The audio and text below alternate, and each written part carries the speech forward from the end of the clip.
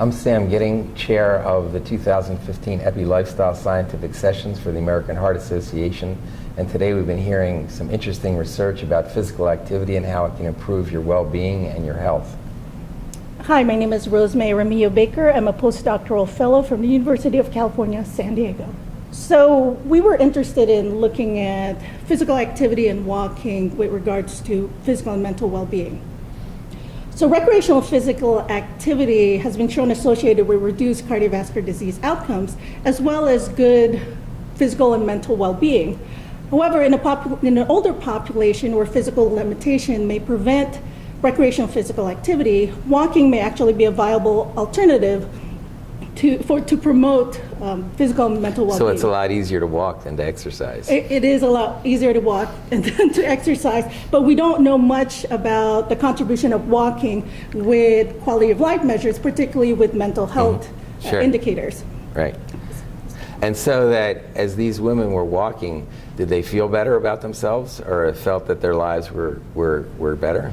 They actually, so we used self-reported short form 36. So we found that those who reported greater recreational physical activity and greater walking, they had better physical or mental well-being. And actually walking had a slight benefit over physical activity with regards to mental well-being, and that might be because of the situations in which these activities are done. So walking, you'll be able to converse a little bit more with other individuals, which may promote social connectedness and eventually promote mental well-being. Oh, and now how about your work?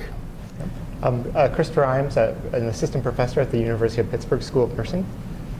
One of the challenges with physical activity research is having people remember what they did, telling you how much physical activity they accomplished.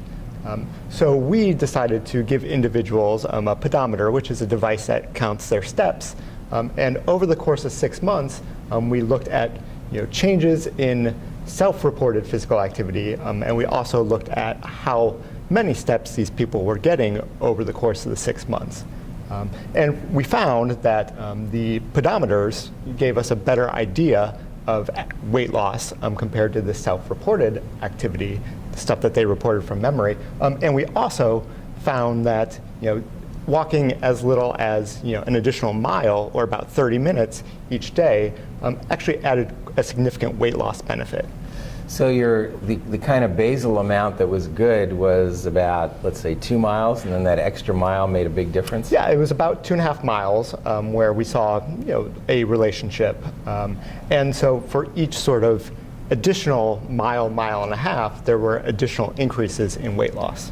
Yeah, so basically spending about half an hour to an hour every day had a major health benefit, and it could be just walking at a nice pace that's comfortable for you. A little bit of walking helps, and even more walking helps even more. That's great. That's really helpful, because I think people are looking for these kind of messages.